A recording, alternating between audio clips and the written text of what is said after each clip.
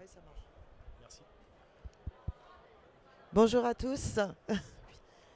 Après ces quelques problèmes techniques, nous allons pouvoir commencer. Du- J'arrête. euh, ouais, Non. désolé, on teste un peu les installations.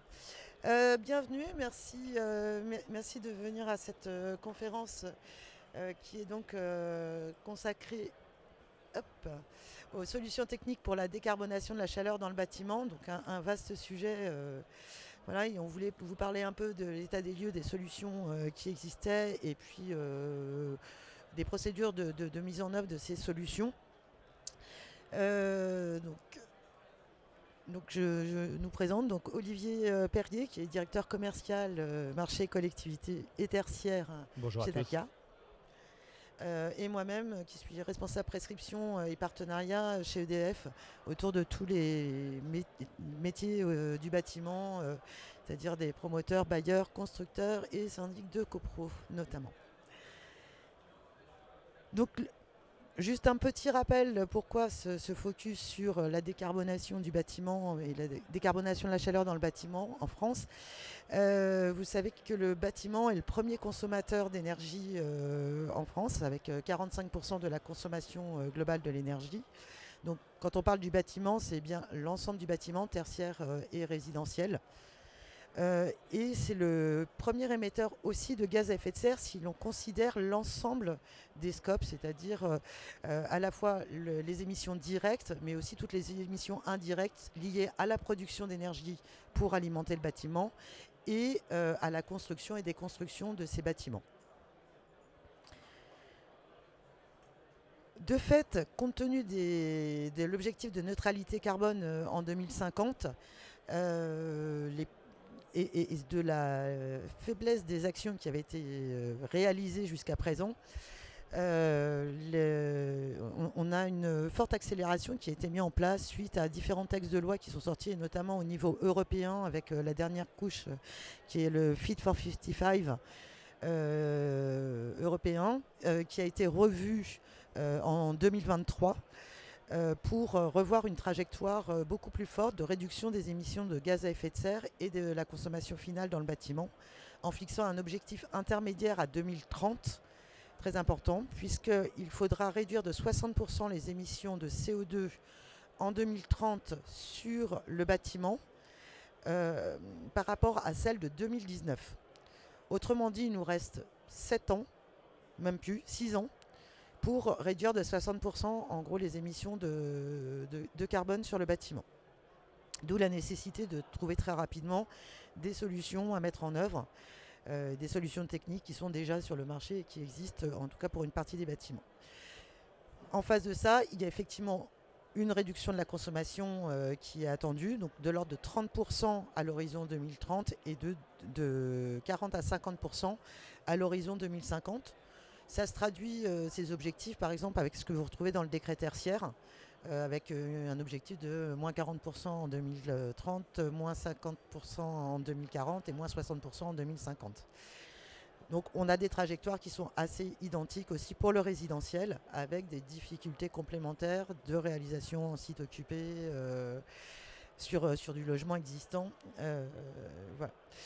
Donc pourquoi cette accélération? Parce qu'effectivement le CO2 s'accumule dans l'atmosphère et que si la réduction n'est pas drastique dès 2030, en fait on ne pourra plus du tout atteindre, ne serait-ce qu'on ne parle plus de limiter l'augmentation de température à 1,5 degré, hein, mais on est déjà passé à 2 degrés et même ces 2 degrés ne pourraient pas être atteints si on ne suit pas une trajectoire très forte.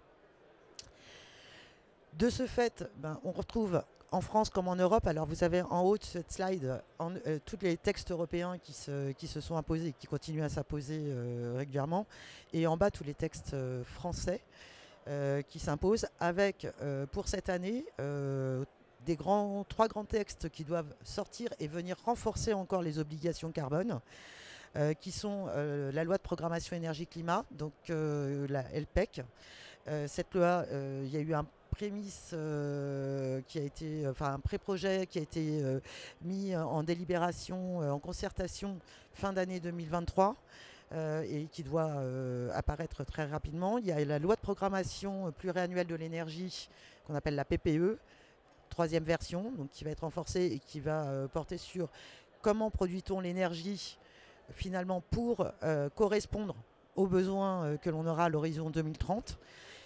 Un autre texte qui est la stratégie nationale bas carbone 3, donc la SNBC 3, et cette stratégie qui va dire quel usage pour quelle énergie. Donc en gros, quelle énergie doit-on avoir dans le bâtiment, ce qu'on retrouvait déjà dans la SNBC 2 et qui va être renforcé dans la SNBC 3, qui est sortir complètement des énergies fossiles dans le bâtiment. D'où voilà un peu les présentations. Et en même temps, le plan national d'adaptation au changement climatique qui s'appelle le PNAC et qui là va toucher beaucoup les industriels. C'est ce qu'on va retrouver autour des quotas CO2 et d'un certain nombre de dispositifs pour que l'industrie, mais le bâtiment aussi sur un certain nombre d'aspects, change ses modes pour s'adapter au changement climatique et prévoir ce qui sera nécessaire pour la suite. Donc, par exemple, comment mieux résister aux tempêtes, aux intempéries, etc. Deux axes prioritaires donc, pour parvenir à cette réduction des émissions de CO2 dans le bâtiment. Un, comme je vous le disais, sortir complètement des énergies fossiles pour basculer vers des vecteurs donc plus vertueux et donc n'utilisant pas de carbone. On a 4 grands vecteurs qui sont aujourd'hui existants et facilement utilisables, qui sont la chaleur renouvelable sous toutes ses formes, et c'est ce dont on va vous parler, enfin c'est une partie de ce dont on va vous parler tout de suite. Donc la chaleur renouvelable avec, à travers la PAC, à travers la géothermie, à travers tout ce qui est le marémotrice, etc. Donc on va y retrouver beaucoup de choses. La récupération, l'éolien aussi. La récupération de chaleur, là c'est tout ce qui peut être fait sur les usines d'incinération, sur les entreprises locales, les industriels locaux qui ont de la chaleur fatale qu'on peut récupérer au lieu qu'elle soit envoyée aux petits oiseaux et qu'on soit obligé de créer de la chaleur à côté. Donc ça se fait beaucoup à travers les réseaux de chaleur et on y reviendra. L'électricité. Je vous rappelle que l'électricité en France, on a la chance d'avoir une électricité qui est décarbonée à 97% et avec un objectif d'être à 100% à très court terme. Et puis tout ce qui est biomasse, donc dans lequel on va retrouver à la fois l'usage du bois et l'usage du biogaz par exemple. En face de ça, un autre point, c'est quand même d'avoir des systèmes efficaces dans le bâtiment. Donc l'efficacité énergétique, à la fois l'efficacité du bâti et l'efficacité des systèmes énergétiques qui vont être mis en place à travers des bonnes exploitations et surtout des engagements de performance qui vont vous permettre de garantir finalement les résultats que vous aurez sur vos bâtiments. Alors, une des solutions qui est aujourd'hui, vous en avez entendu pas mal parler, demain il y aura une conférence donnée une web TV faite par la FPI et par l'USH sur le sujet, c'est la pompe à chaleur. Emmanuel Macron, notre président, a donné des objectifs de vente de packs très importantes dans les prochaines années.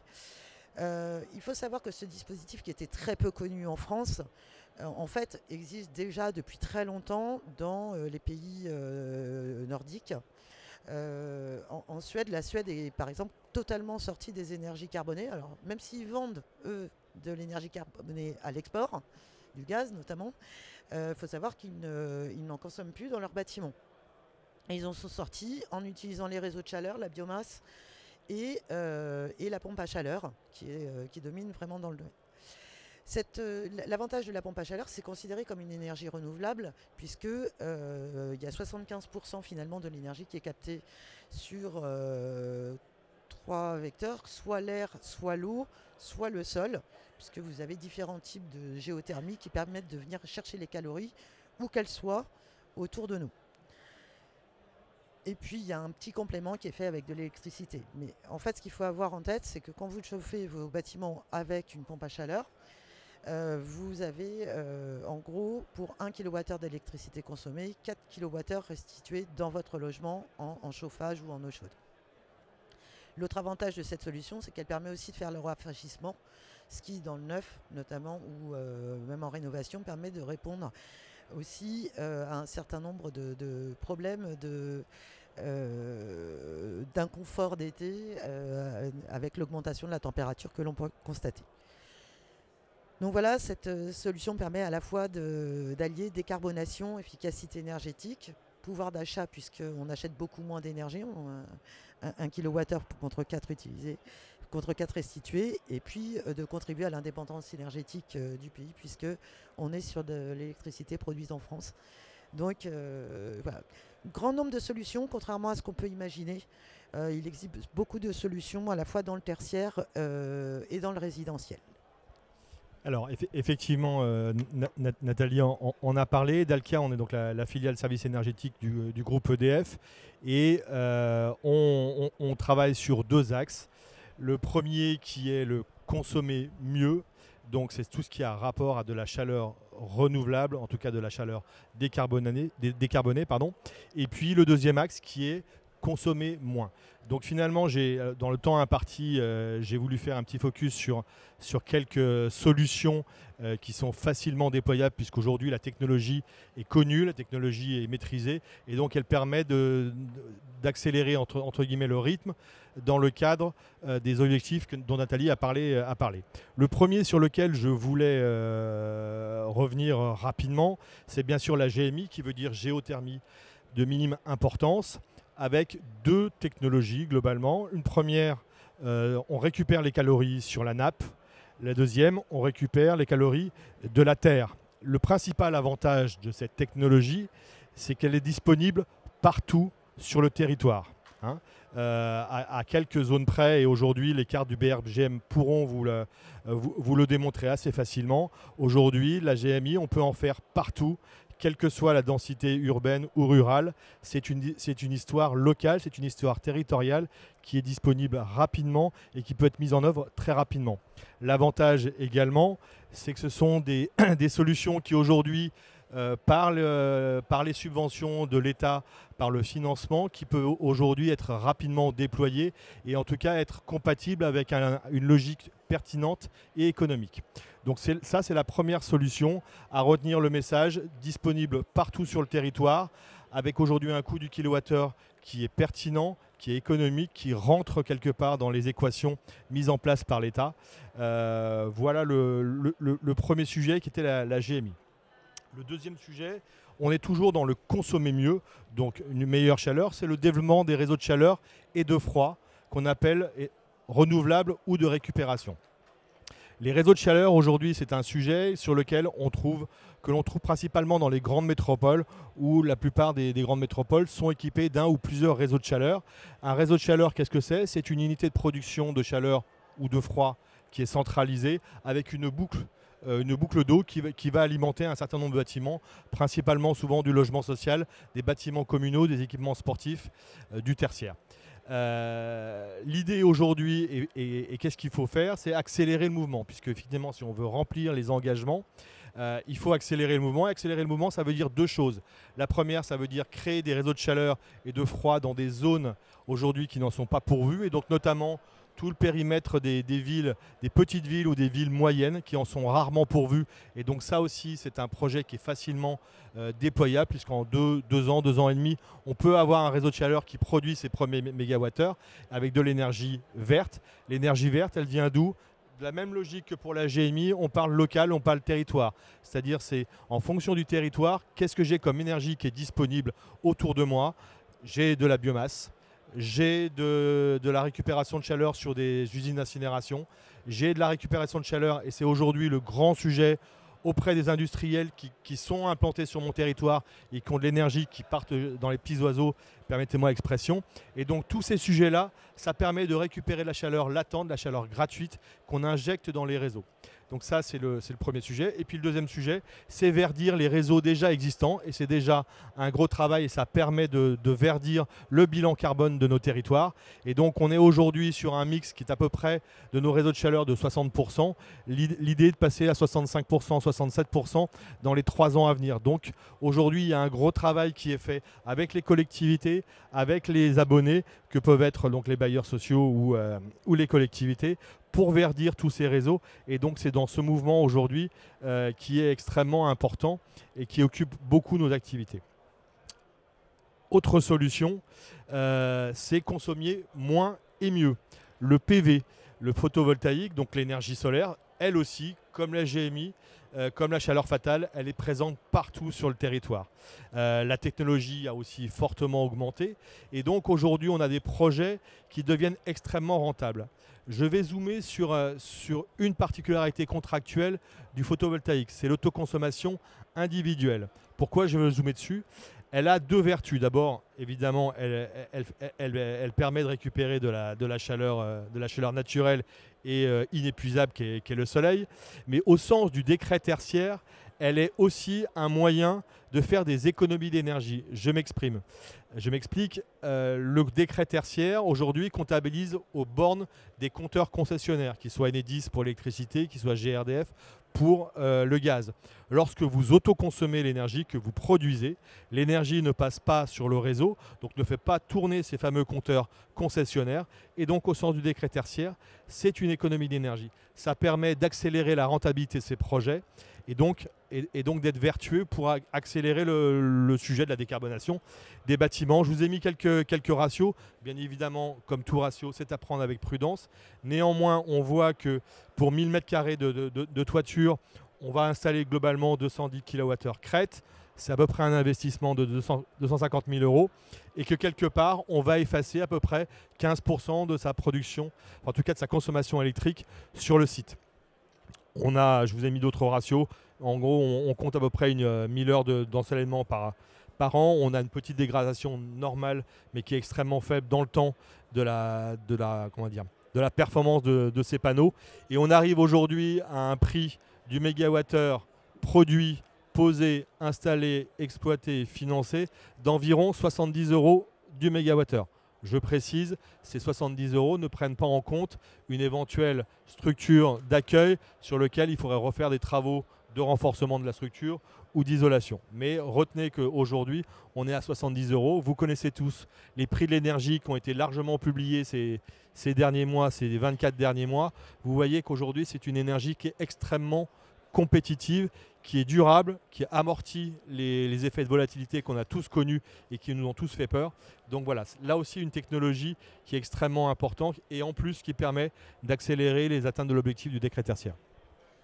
Alors effectivement, pour le décret tertiaire, c'est valable. Attention, en logement, la comptabilisation ne se fait pas de la même manière.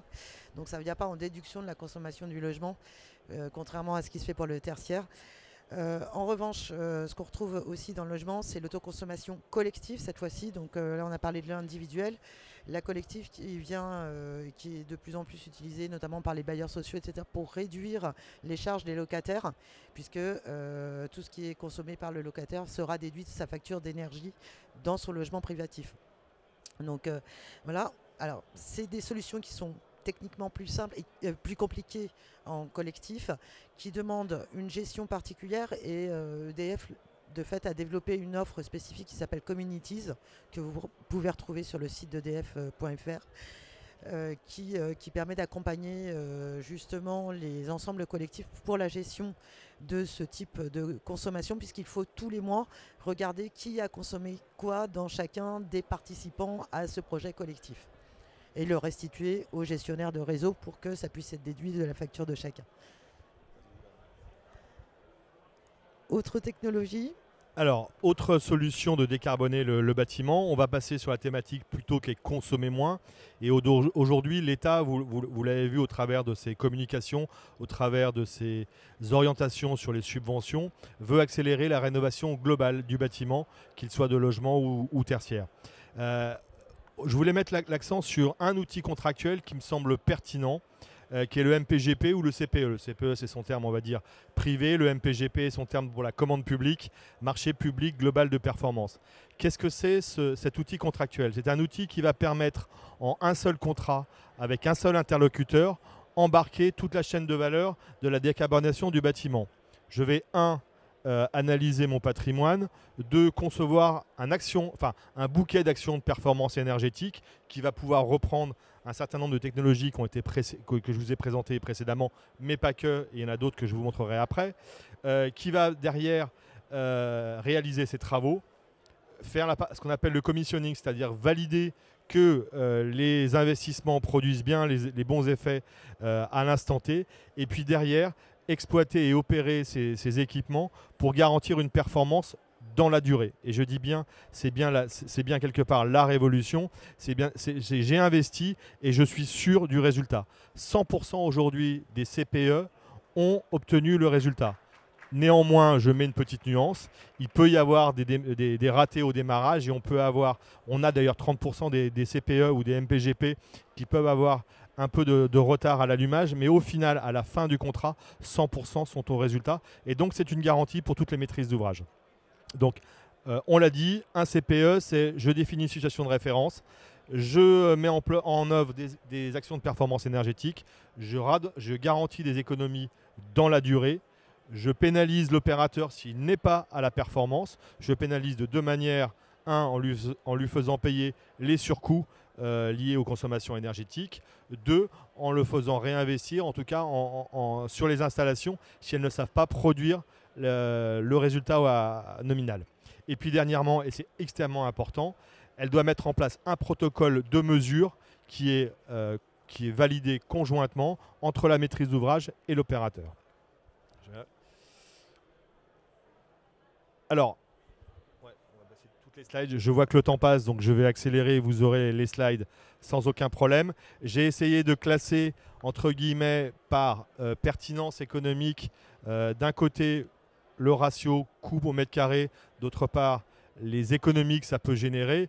Bien évidemment, qu'est-ce qui est important? C'est de commencer par ce qui coûte le moins cher et qui rapporte beaucoup. Et c'est souvent comme cela. Et plus on va aller vers des objectifs ambitieux, plus les derniers pourcentages vont coûter cher. Donc on les classe, entre guillemets, on rentre par le domaine des systèmes à l'intérieur du bâtiment. Et puis en général, on va ouvrir après sur l'enveloppe du bâtiment. Et bien évidemment, les ratios sont plus lourds. Le MPGP, c'est aussi l'occasion souvent de remettre aux normes ou de changer d'usage le bâtiment. Dernier focus sur le CPE et le MPGP sur lequel je voulais revenir puisqu'il est extrêmement récent. La commande publique, vous le savez certainement, la commande publique n'autorisait pas jusqu'à présent d'étaler le paiement des investissements auprès d'un opérateur. En vue d'améliorer la performance énergétique et la rénovation globale, la commande publique, dans le cadre d'une loi qui date du 30 mars 2023 et d'un décret d'application qui date du 3 octobre 2023, a autorisé à ce que le paiement soit différé. Et qu'est-ce que ça change comme dimension pour vous, maîtrise d'ouvrage? La première, c'est de pouvoir aligner le paiement, le remboursement quelque part des investissements au moment de la réception des installations et donc au moment où vous allez commencer à récupérer les économies d'énergie. Ça, c'est extrêmement important. Ça permet de passer le mur de l'investissement. Et la deuxième, c'est pouvoir dépasser en tout cas les durées que l'on constatait habituellement, qui étaient de 8-10 ans pour un MPGV, pour aller sur des durées beaucoup plus longues, de 15 ans, de 20 ans, voire de 30 ans. En gros, aligné sur l'amortissement comptable des équipements et des investissements que vous allez faire, et donc alléger et pouvoir investir davantage, investir plus fort, plus rapidement, pour obtenir les résultats attendus. Donc c'est la vraie nouveauté de l'année, sur laquelle l'État mise beaucoup, en tout cas en ouvrant la commande publique à ce type d'outils contractuels. Voilà, je crois qu'on en a terminé pour les solutions. Elles sont bien sûr pas exhaustives. Vous pouvez nous retrouver avec Nathalie, on est présent sur le stand d'EDF et on répondra à toutes vos questions.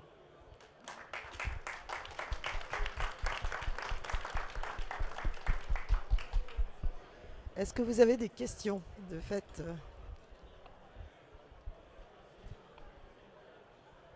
Non? Aucune question, tout a été clair?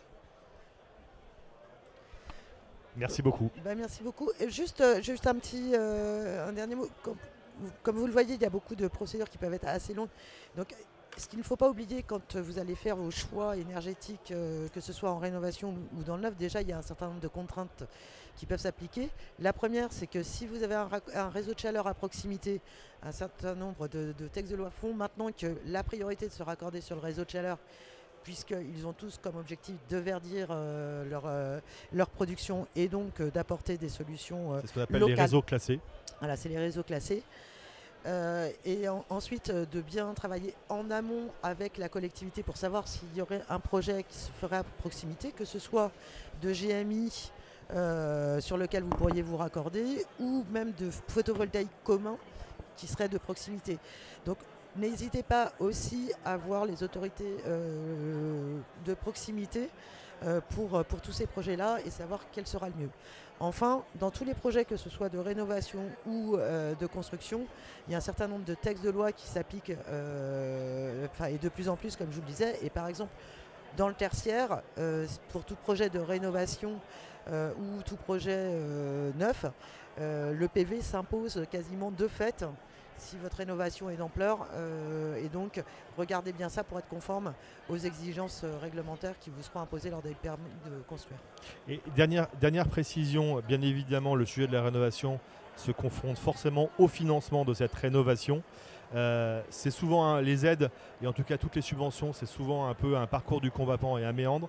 L'État a mis en ligne sur son site, le ministère de la Transition écologique, une boîte à outils cartographiant l'ensemble des aides, qu'elles soient disponibles pour des maîtrises d'ouvrage publiques comme privées, et qui est extrêmement bien ficelée et extrêmement compréhensible. Donc voilà, n'hésitez pas à le consulter, ça permet aussi de faire financer un certain nombre d'opérations qu'on ne croyait pas, en tout cas, subventionnables. Donc n'hésitez pas à y aller. Voilà, merci beaucoup. Et c'est complété pour tout ce qui est résidentiel aussi par les informations mises en ligne par l'ANIL, notamment qui a cartographié là aussi toutes les aides locales et toutes les aides nationales qui peuvent être soumises. Plus vous avez l'accompagnement avec les certificats d'économie d'énergie qui peut être fait et pour lequel EDF a de nombreux acteurs sur le terrain pour vous accompagner. Merci à tous.